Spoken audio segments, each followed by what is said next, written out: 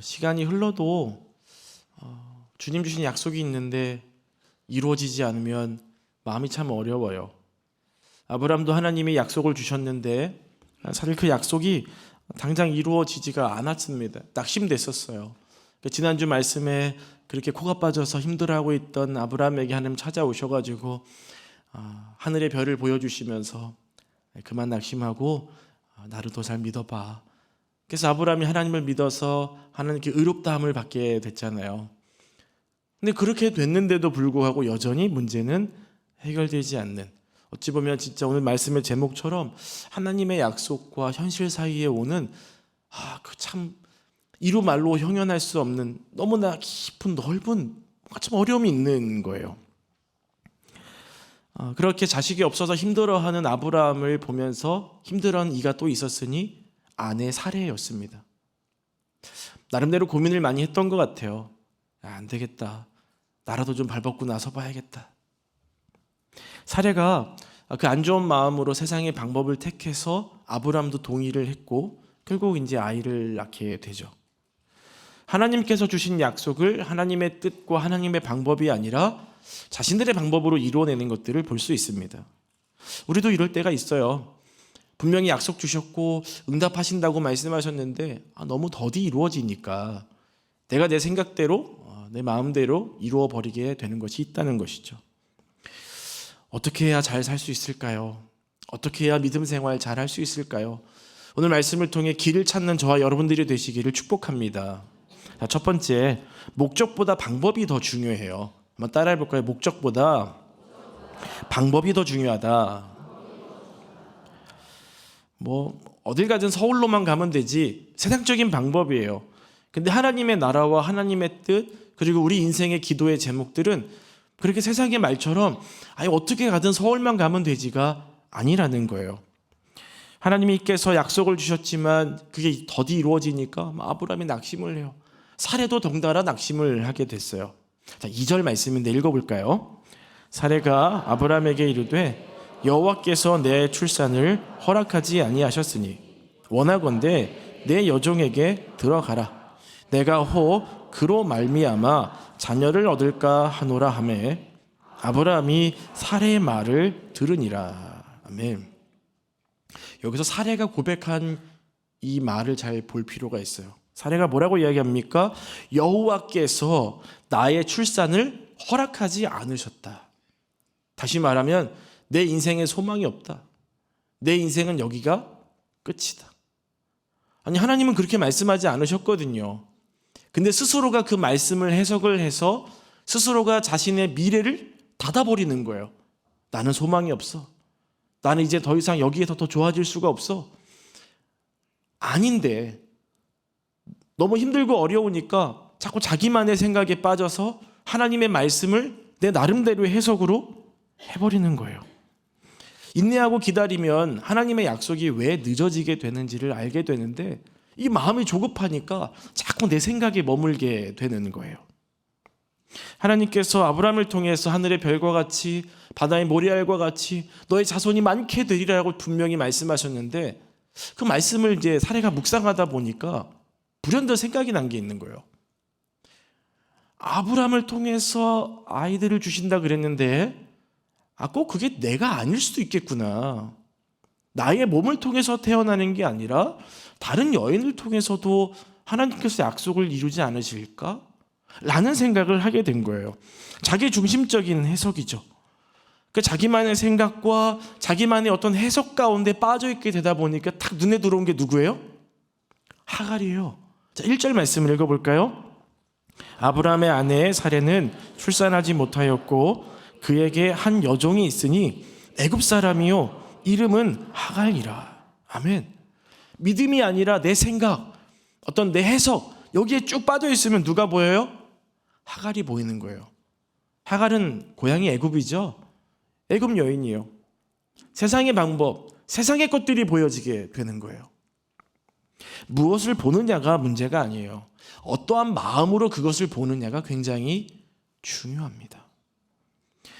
사레는 하갈을 나를 돕는 자, 어떤 종으로서 본 게 아니라 내가 지금까지 이뤄내지 못했던 일을 이루어낼 수 있는 하나의 도구로 본 거예요. 자원. 옳지 못한 모습이죠. 사람과 사람이라고 하는 어떤 인격적인 관계가 아니라 그냥 내 꿈을 이루어질 자원이나 도구로만 이 하갈을 보았다는 거예요. 근데 중요한 것은 그 말에 대한 동의를 한 사람이 누구예요? 아브라함이에요. 아브라함도 그렇게 생각한 거예요. 하갈을 보면서. 아브라함은 전혀 그런 마음이 없었는데 사례가 이렇게 하면 어떨까요? 라고 제안을 했을 때 정말 자기는 싫은데 어쩔 수 없이 했을까요? 아니에요. 아브라함도 그런 대안에 대해서 충분히 생각할 수 있었습니다. 그런데 하나님 하신 말씀이 있고 어떻게 또 자기 입으로 그 얘기를 하겠어요? 그냥 묵묵히 있을 때 아내가 먼저 선뜻 얘기를 하니까 그럼 그러지 뭐.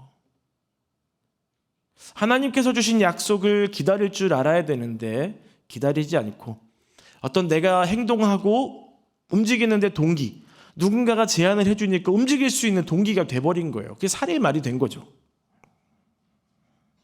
사례와 아브라함이 택한 방법은 세상적 관점으로 볼 때 전혀 문제가 없어요. 지금 우리가 살아가는 시대에서는 좀 문제가 있지만 그 당시 시대에서는 문제가 없었습니다. 자녀가 없으면 종을 데려다가 대신 아이를 낳게 했어요. 그때 당시의 방법이었습니다. 자, 그런데 우리는 세상 사람들이 괜찮아, 그렇게 해도 돼, 남들 다 그렇게 하는데 왜 혼자만 그렇게 생각하세요? 라고 하는 것들을 따라봅니다. 조심해야 한다. 세상적인 방법을 조심하셔야 돼요. 우리가 그 사람들이 말하는 괜찮다라고 하는 방법들이 혹하여서 절대로 넘어가면 안 된다라는 것입니다. 하나님의 사람은 하나님 나라의 법칙대로 살아야 됩니다. 저와 여러분들이 그렇게 살아가야 되는 거예요. 응답이 왜 늦춰지는가? 하나님이 왜 이렇게까지 나에게 응답을 늦게 주시는가? 영적인 분별력을 가지고 깨달을 수 있어야 되는 거죠. 근데 그걸 깨닫지를 못했어요. 자, 아브람과 사레가 이 가나안에 거주한 지 몇 년 됐다고 하셨죠? 10년 됐다라고 했어요. 근데 10년 만에 자기들만의 방법대로 문제를 해결하잖아요. 무엇을 의미할까요? 그들의 믿음의 크기는 10년짜리예요. 하나님은 더 길게 보셨거든요. 사실 이 이후에 15년 뒤에 약속이 이루어집니다. 근데 이들의 믿음은 아직 10년짜리인 거예요. 그리고 이들의 믿음은 아직 반쪽짜리 믿음이에요. 사라 자신이 생각할 때는 나는 더 이상 아이를 낳을 수 없어, 나는 끝이야, 하나님이 허락하지도 않으셨고 내 몸도 이제는 끝났어라고 생각했지만 남편 아브람을 바라볼 땐 아니었어요. 그럼 아브람이 다른 여인을 통해서도 아들을 낳을 수 있다라고 하는 그 가능성을 본 것이죠. 그러니까 어찌 보면 반쪽짜리 믿음인 거예요. 근데 여러분, 그걸 기억하셔야 돼요. 태의 열매는 누가 열어주십니까? 하나님이 열어주시는 거예요. 내가 아이를 갖고 싶다고 갖는 게 아닙니다. 하나님이 열어주시는 거예요. 그래서 내가 한다, 내가 할 수 있다는 생각이 완전히 부서지게 될 때 누가 일하시는 거예요? 하나님이 일하시는 거예요. 여러분 삶에 아직 하나님이 일하지 않으십니까? 아직 내 자아가 깨지지 않아서 그래요. 여러분의 것을 내려놓고 하나님의 일하심을 기대하는 저와 여러분들이 되시기를 축복합니다. 그러니 미리 사례처럼 내 인생은 끝이야, 더 이상의 약속이 이루어질 가능성이 없어라고 말씀하지 마십시오. 우리에게는, 믿는 자에게는 능치 못할 일이 없습니다. 자, 두 번째예요. 잘못된 방법에는 항상 반드시 문제가 생기게 되어 있어요. 4절 말씀인데 읽어볼까요? 아브람이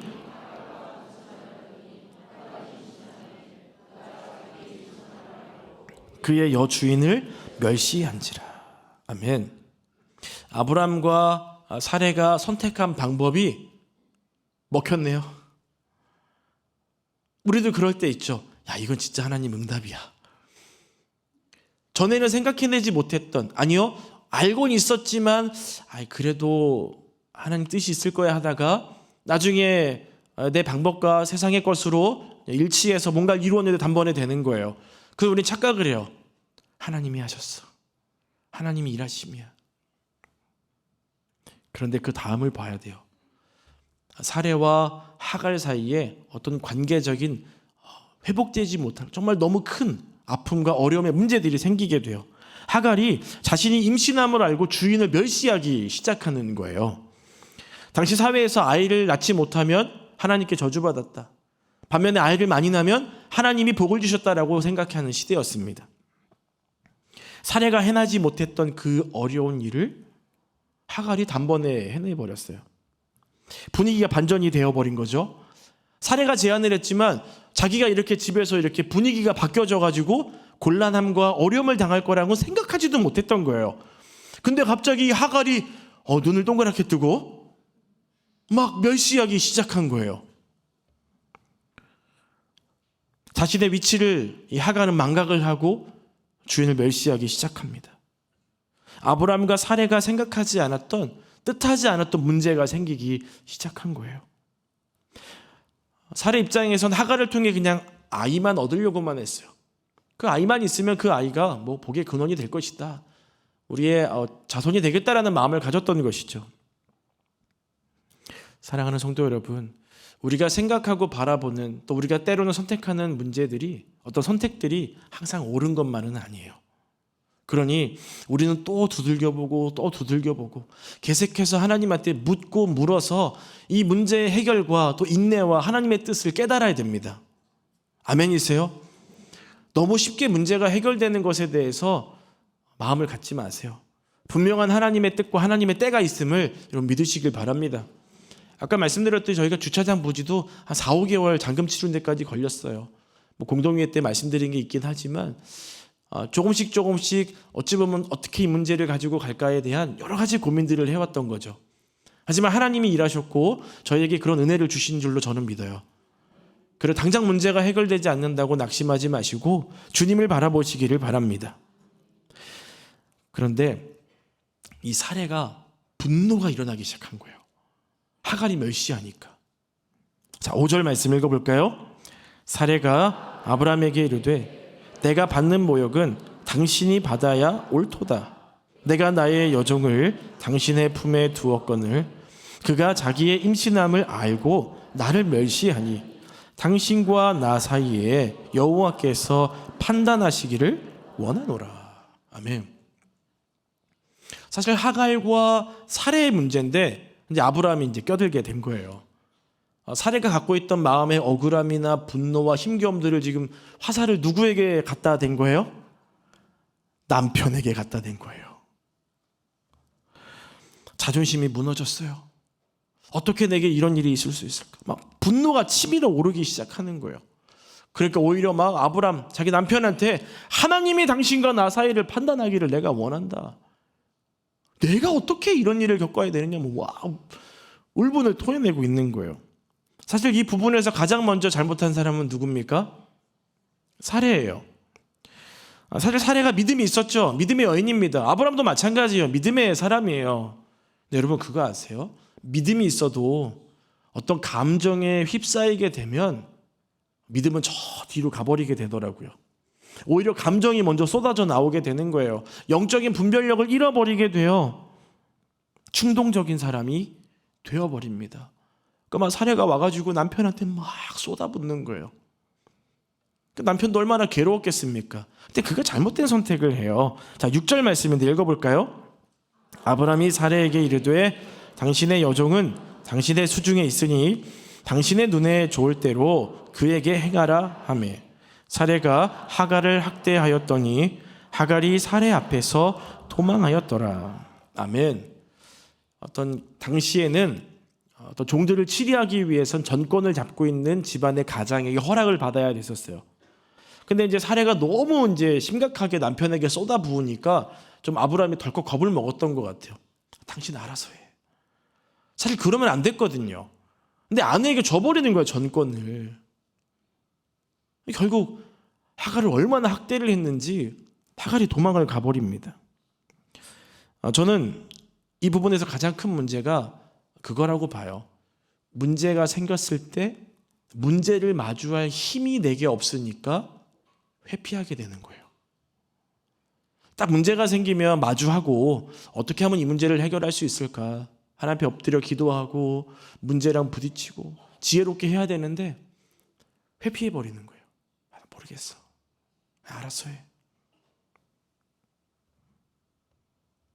아브라함은 영적인 가장이었어요.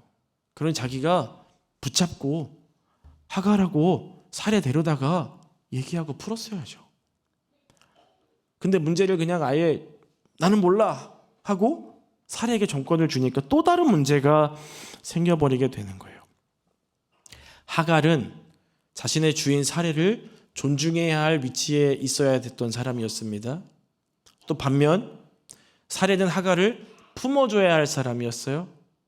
또 아브람은 자신의 위치 안에서 이 가정을 영적으로 잘 끌어가야 할 위치에 있는 사람이었습니다. 자, 그런데 중요한 건 뭔지 아세요? 다 자기 위치를 벗어나 버렸어요. 자, 성경에서는 우리가 있어야 할 위치를 벗어나게 되면은 우리가 뭘 지었다라고 얘기를 하죠? 죄를 지었다라고 얘기합니다. 죄라고 하는 것은 맞춰야 할 관역에서 벗어난 것을 말하는 거예요. 자신이 있어야 할 자리에 있지 않고 문제를 회피하고 돌아서 버리니까 다 죄가 돼버린 거예요. 그 중에서 가장 비겁한 사람은 아브라함입니다. 리더라면 그 문제를 잡고 나아갔어야 됐는데 그러지 않았다는 거죠. 그래서 가나안에 기근이 들었을 때 애굽으로 갈 때 자기 아내한테 뭐라 그래요?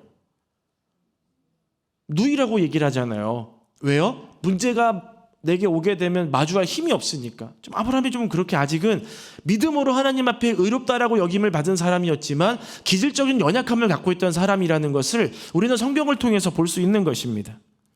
근데 더 중요한 건 이런 문제 속에 서로 원망만 하는 거예요. 사례는 아브라함에게, 하갈에게, 하갈은 사례에게, 아브라함은 둘 다에게 막 서로 손가락질하면서 서로 비난하고 있는 것입니다. 특별히 부부간의 문제가 가장 심각하죠. 그렇게 누이라고 속였을 때도 그렇게 큰 문제가 일어나지 않았는데 지금 부부간의 갈등이 굉장히 심해진 걸 볼 수 있어요. 이러한 것들을 볼 때 우리가 인생을 살아가면서 선택하는 수많은 것들이 항상 옳은 것은 아니다라고 볼 수 있는 거죠. 그렇기 때문에 저와 여러분들은 어떤 문제를 해결하든 한 번 더 고민하고 한 번 더 기도하고 한 번 더 애쓰고 씨름하는 모습들이 필요합니다. 야곱이 야복강에서 씨름했던 것처럼 여러분도 여러분 인생의 문제를 가지고 마주하며 씨름할 수 있는 힘과 능력이 있기를 주님의 이름으로 축복합니다. 세상적인 방법을 택하지 마시고 하나님의 뜻을 깨닫고 기다리실 수 있는 저와 여러분이 되기를 축복합니다. 자, 마지막 세 번째예요. 그럼에도 불구하고 하나님은 우리를 사랑하세요. 자, 한번 따라 볼까요? 그럼에도 불구하고 하나님은 나를 사랑하신다. 이런 아브라함, 이러한 사례, 이러한 하갈, 하나님이 사랑하세요. 특별히 지금 하갈 너무 힘들어요. 고향이 애굽이거든요. 사례한테 막 학대를 당했어요. 여성분들 힘들고 어려우면 어디 가요? 친정 가죠. 하갈은 갈 친정도 없어요. 너무 먼 거예요. 하소연할 데가 없는 거예요. 나오긴 나왔는데 어디로 가야 되는가? 그의 발걸음이 멈춘 곳이 어디였냐면 광야였어요. 7절 말씀을 볼까요? 여호와의 사자가 광야의 샘물 곁 곧 술길 샘 곁에서 그를 만나. 아멘. 광야에 있는 거예요. 광야. 메마르고 힘들고 덥고 춥고 너무 힘든 그곳에서 막 자기 안에 있는 이 억울함, 힘겨움들을 마구마구 쏟아내고 있었어요. 근데 그때 누가 찾아오세요? 하나님이 찾아오세요. 8절을 읽어볼까요? 이르되 사례의 여종 하갈아 내가 어디서 왔으며 어디로 가느냐? 그가 이르되 나는 내 여주인 사례를 피하여 도망하나이다. 아멘. 자, 여기서 중요한 게 뭘 것 같으세요? 하갈아 힘들지? 아니면 하갈아 너 왜 거기 있어? 하갈아 누구 때문에 그랬어? 이렇게 질문하실 수도 있는데 하나님이 하갈에게 뭐라고 부르세요? 사례의 종 하갈아. 무슨 의미일까요? 너가 누구인지를 알라는 거예요. 하갈, 너는 사례의 종이야. 지금 너에게 있어서 이 아픔의 문제가 왜 생겼는지를 알기 위해선 너가 누구인지를 알아야 돼. 너는 사례의 종이지? 근데 너가 그 주인을 멸시했지? 그래서 지금 너가 거기에 있는 거야. 그러면서 네가 지금 어디로 가야 하는지, 어디서 왔는지 물어보시잖아요. 사실 도망 나오면 회피를 하면 우리는 뭔가 문제가 해결될 것 같고 당장은 어려움이 없어질 것 같지만 사실 그렇지는 않아요. 문제 해결의 출발은 사랑하는 성도 여러분, 내가 누구인지 내 위치가 어디 있는지를 깨닫는 것부터 시작이 되는 거예요. 여러분이 누구십니까? 여러분 깨닫기를 바라요. 그리고 내가 어디서 왔으면 어디로 가느냐라고 이야기하고 있는데 결국 이 말은 몰라서 물으신 것이 아니라 지금 너에게 필요한 건 다시 하나님께로 돌아가는 거야. 네 주인에게 돌아가는 거야. 주인에게 돌아가면 누구에게 돌아가는 거예요? 그들이 믿는 하나님께로 돌아가는 것입니다. 사랑하는 여러분, 저와 여러분도 인생의 많은 두려움과 아픔과 벗어나고 싶은 수많은 것들 가운데 살아내고 있잖아요. 근데 우리가 가야 할 곳은 세상이 아니라 하나님입니다. 하나님 품에 안기고 하나님 사랑 안에 들어올 때 우리 인생의 문제를 이길 수 있는 힘과 능력을 얻게 되는 거예요. 하나님께서 지금 하갈에게 그걸 가르쳐 주기 위해서 찾아가셨고 물으신 거예요. 네가 누구냐? 넌 어디서 왔고 어디로 가고 있느냐를 질문하신 거죠. 우리가 지금 살아가고 있는 인생은 도망치고 싶은 삶이에요. 직장으로부터, 사업장으로부터 얼마나 많은 문제들이 다가옵니까?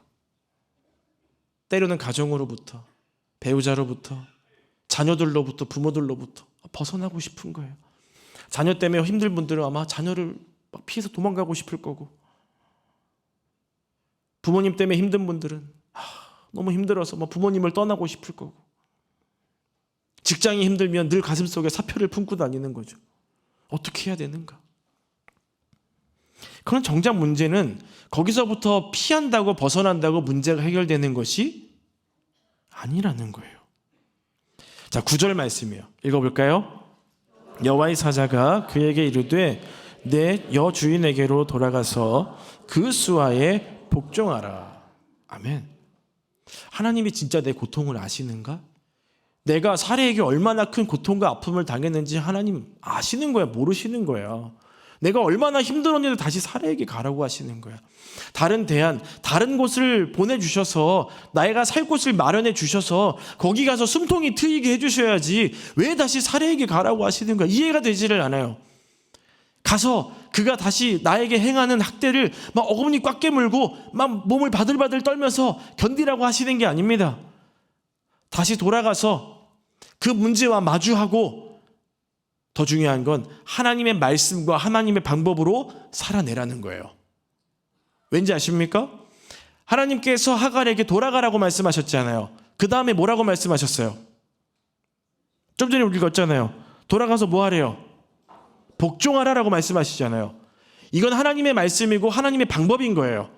네가 돌아가서 그냥 그 가운데 어려움 갖고 살아내는 게 아니라 거기에 그곳에 가서 하나님의 말씀, 하나님의 방법으로 삶을 살아내라. 그러면 이길 수 있다. 승리할 수 있다. 이 말씀을 지금 하갈에게 주시는 거예요. 그러니 너가 처한 상황과 환경 가운데서 피하지 말고 도망가지 말고 그 상황을 마주하고 하나님의 말씀을 붙잡고 하나님의 방법대로 삶을 살아가라는 것이죠.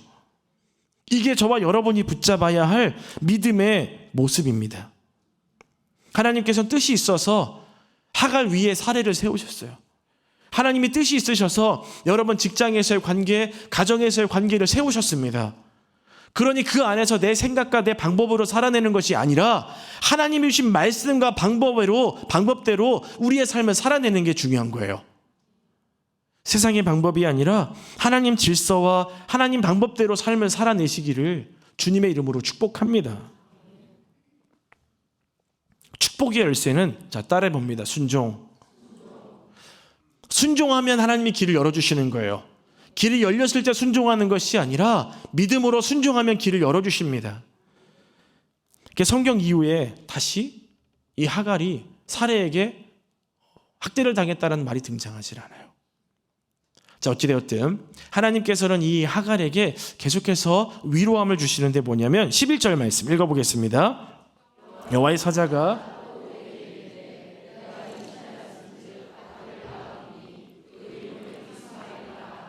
이는 여호와께서 내 고통을 들으셨음이니라. 아멘. 이제 사례집으로 돌아가서 아이를 낳고 그 아이의 이름을 부를 때마다 이 하갈이 뭘 기억하겠습니까? 하나님이 내 고통을 들으셨어. 이스마엘이라고 하는 이름을 부를 때마다 하나님이 내 고통을 들으셨어. 하나님은 나를 버리지 않아. 하나님은 나와 함께하고 계시고 하나님은 나를 지켜주실 거야. 그 이름을 부를 때마다 자꾸 하나님 말씀해 주셨던 그 약속이 기억이 나는 거예요. 근데 그뿐만일까요? 자, 10절 말씀도 읽어보겠습니다. 여호와의 사자가 또 그에게 이르되 내가 내 씨를 크게 번성하여 그 수가 많아 셀 수 없게 하리라. 아멘. 사실 이스마엘도 아브라함의 씨잖아요. 그러니까 하나님께서 복을 주시겠다는 거예요. 그러면 이삭이 받는 복과 이스마엘이 받는 복이 똑같으면 안 되잖아요. 다른 건 있어요. 12절 말씀 봅니다. 그가 사람 중에 들나귀같이 되리니 그의 손이 모든 사람을 치겠고 모든 사람의 손이 그를 칠지며 그가 모든 형제와 대항해서 살리라 하니라. 아멘. 들나귀같이 고집센 인물들이 된다는 거예요. 매번 사람들과의 어려움이 있는 거죠. 물질의 복은 많이 받지만 사람들과의 관계 속에서 평안하지 못한 어려움 가운데 살고 있다는 거예요. 왜 그렇게 됩니까? 부모님이 잘못 선택한 거잖아요. 결국 그 모습들을 통해서 내가 한번 잘못 선택한 일들이 결국 우리 자손들에게 얼마나 큰 영향을 끼친다는 걸 저와 여러분들은 기억하셔야 돼요. 그러므로 세상적인 존재가 아닌 영적인 존재로, 믿음의 존재로, 신앙의 존재로 여러분의 믿음을 잘 세우시기를 바랍니다. 근데 하갈이 이런 말씀을 들었음에도 불구하고 끝까지 붙잡을 수 있었던 하나님의 놀라운 사랑이 하나 있어요. 자, 13절 말씀 마지막 읽어보겠습니다. 하갈이 자기에게 이르신 여호와의 이름을 나를 살피시는 하나님이라 하였으니 이는 내가 어떻게 여기서 나를 살피시는 하나님을 배웠는고 함이라. 아멘. 이 하갈이 이제 애굽에서 가나안에 와서 아브라함과 사레의 종으로 살면서요, 이런 경험을 해본 적이 없어요. 하나님께서 아브라함도 만나주셨고 나중에 보면 사레도 만나주신단 말이에요. 근데 하갈은 그런 게 없었단 말이에요. 자신의 실수와 어떤 연약함 그리고 잘못된 선택 속에서 고난받고 어려움이 있고 난 뒤에 뭘 경험해요? 하나님을 경험하는 거예요. 사도 바울이 말한 것처럼 고난이 우리에게 유익입니다. 내가 잘못 선택했어도 하나님께서 반드시 우리에게 놀라운 사랑과 보호하심과 인도하심을 우리에게 나타내 주실 거예요. 그러니 여러분, 여러분이 인생에서 어떠한 잘못된 선택을 하더라도 하나님은 여러분을 절대 포기하지 않습니다. 그러니 가장 옳은 선택을 하는 게 좋겠죠. 하지만 그럼에도 불구하고 우리를 사랑하시는 그 하나님을 바라보시면서 믿음으로 살아가시기 바랍니다. 하갈이 애굽 다시 사레에게 돌아가야 돼요.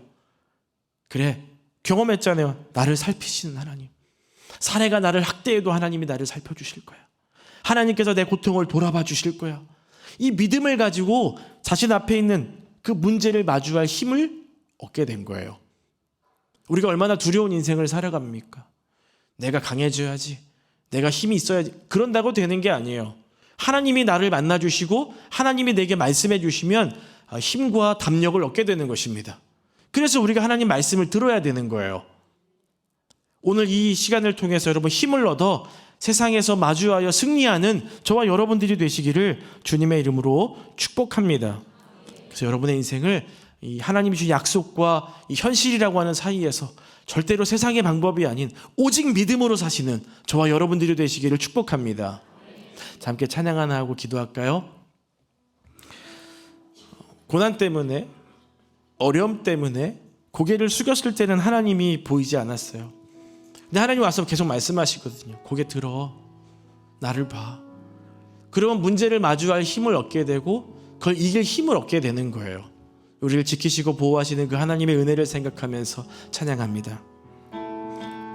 하나님은 너를 지키시는 자, 하나님은 너를 지키시는 자, 너의 우편에 그늘 되시니 낮의 해와 밤의 달도 너를 해치 못하리. 하나님은 너를 지키시는